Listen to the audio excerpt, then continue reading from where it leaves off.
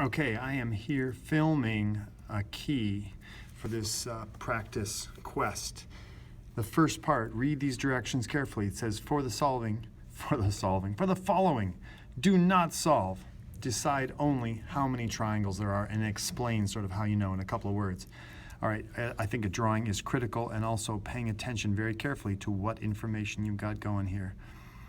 If this is the measure of angle B, that's 23 degrees. I would always start with my best ever sketch. If that's a right angle, that's a 45-degree angle. That's half of a half. You should know some basic benchmarks. That's about 22.5 degrees, so I'm going to call that 23 degrees. It's at least approximately close. All right, make it big enough. Don't do a tiny little postage stamp. Make it big enough that you can see what's going on. Then opposite B is going to be side B, and there isn't one there. So that means these two sides that make the angle are 30. I might as well call that 30 down there. And this is 21. So if that's 30, and I break it into tens, that's about 21. So I kind of got lucky on the first go. 21, 30, and I'm going to draw that. If I fixed this side and this included angle and that side, I can definitely make a triangle, and I cannot make another triangle. This is what side, angle, side means. So that is really all you need to tell me. Or you could just say one triangle is made, one unique triangle is made by side, angle, side. That goes back to last unit. So this one now, same type of thing. Angle C is 19. Well, that's not going to be too different. I want to maybe make it a little bit skinnier. Maybe not. There's 19 degrees. That's C.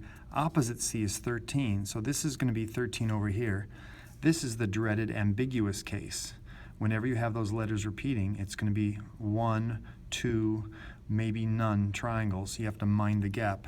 Put the unknown laser pointer, unknown length side there.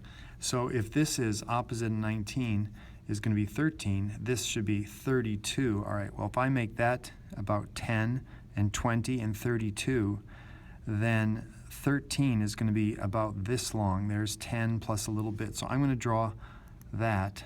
That's looking slightly questionable there. If this is 32 and this is 13, I need to pay attention to what this gap is right here, okay? To do that, then, you should know this formula, that it's going to be the sine of the angle, sine of 19, and what is that? That's going to be times 32. I get 10.4. Okay, so that gap is 10.4. So yeah, this is enough room to swing and hit out here, and then it's going to come back and hit again because 13 is definitely less than 32. So this is two triangles. And why is it? You could just say that 13 is bigger than the gap, but less than 32. And this is like side C. And I'm going to go quickly here, but you can explain a little tiny bit more detail what that's all about. The next one then, triangle ABC. We've got A is 73, and here we've got two angles and a side. So anytime you have two angles, you're going to get the third angle. So we can draw all three of these angles. 73 degrees, if I start off, there's 90, 73 is something like that. And then 39, that's, if I draw it up here, it'll be kind of wonky. So I'm maybe going to go out here and go, there's 39 degrees. Think of these as laser pointers aiming this way, and this one is aiming this way. If I just continue them, are they going to cross? Yes, they are, somewhere up here. And then there's my 73 degrees, there's my 39 degrees. I don't even need to solve that, but I know that this is a case of angle, side, angle. This is the included side now. Angle, side, angle, as we know from last unit, is also one and one only unique triangle, all right? So on this third one here, I've got a triangle with angle 28 degrees, and that's B, and so opposite B is 61, and A is 52. So if, again, we go through the same procedure, this is the 52, this is 61, this is longer than 52. So when this swings, It's definitely going to hit my laser pointer edge, but it's so big that when it comes around, it'll be unable to hit that third side. So this is one triangle. Angle, side, side, side, angle, angle. One triangle. And why is that? Well, you can say that side B is greater than side A. So 61 is greater than 52. And sort of, I don't know, draw a little arrow. Again, you can explain in a little bit more detail. I'm trying to go quickly, but that's the basic concept. 17-foot ladder leans up against a building. There's the 17. It's 8 units away. This is just a right triangle, Pythagoras. So 17 squared plus, 17 squared equals 8 squared plus the h, the height squared. That is what, 289, I think, is equal to 64 plus h squared. Subtract 64, and you get 225 equals h squared. So h equals the square root of that, which is 15, all right? What are the angles? Well, we know one's 90, so it's going to be 90 degrees. What does this angle say? Pick your favorite ratio. Let's use the two numbers that we know, 17 and 8. So that's the adjacent side. This is the hypotenuse. This is the opposite, my angle I'm trying to find. So that's the adjacent side. So ka means cosine of my mystery angle is equal to 8 over 17. So theta then is just equal to cos to the minus 1 of 8 over 17. What is that? Grab my calculator. Second cos 8 divided by 17, and that's 61.9 degrees, okay? So theta equals 61.9 degrees. Add that up with 90, take away from 180, or just realize that this plus the other angle make 90 degrees. So that's going to be 20, so if that was 60, yeah, it'd be 28. I don't have much room. Call that alpha. That's a common angle symbol. Alpha then is equal to 28.1 degree. Let's see if I've done the math right. I think I have. All right, so there are your angles, and there's your side. All right, moving on to maybe the tougher problems here where you actually have to solve them. Whoops, on the back. On the back. Same type of thing, only different. This is 3 sides. This is side, side, side. That's a very standard case of law of cosines. So I'm going to sketch this. If this is 3 and this is 5, make sure that 3 and 5 add up to more than the remaining side. If this was like 11, you just say no triangles. But that is not more than or equal to 8. That's 7, so I do have a triangle. I like finding the smallest angle first, so I'm going to call that, let's see, opposite 3 is A, so I'm going to call it A. Opposite 5 is B. Opposite 7 is C.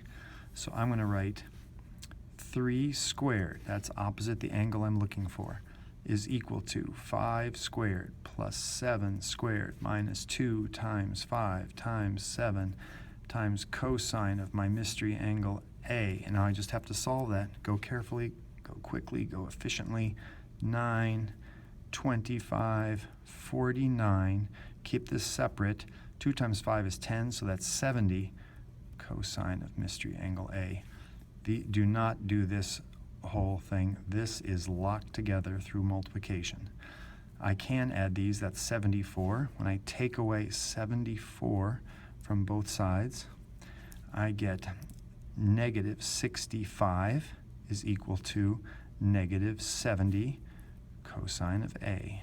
So if I divide by negative 70, or just cancel the negative signs right off the bat, you're going to get then angle A is equal to the cosine to the minus 1 of 65 over 70. If I wanted to take out a 5, I could, but there's no point in doing that really. I just grab my calculator and I do second cosine again. What was it, 65 divided by 70. Hit enter, and it's 21.787. 21.787 degrees. Okay, so I found one angle.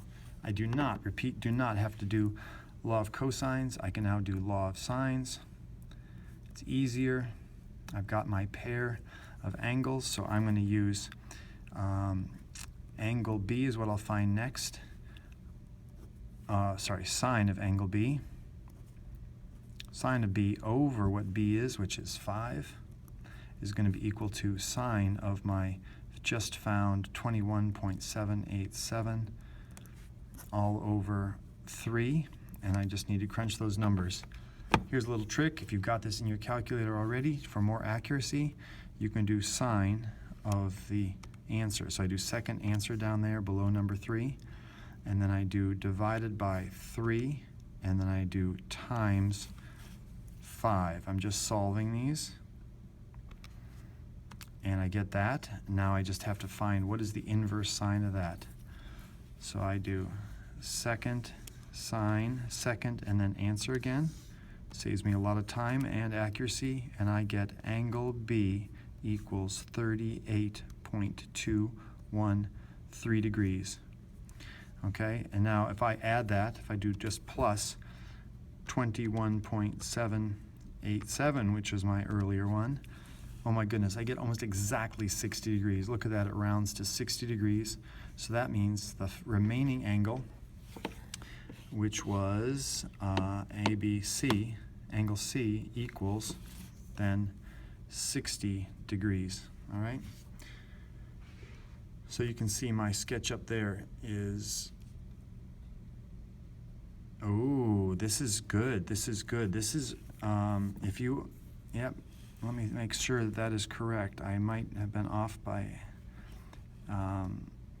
that is 21, and that should be 38. Oops, so what did I get? Let's see. I think I did something wrong. Let me just check that. I'm going too fast here. 21.787 plus 38.213.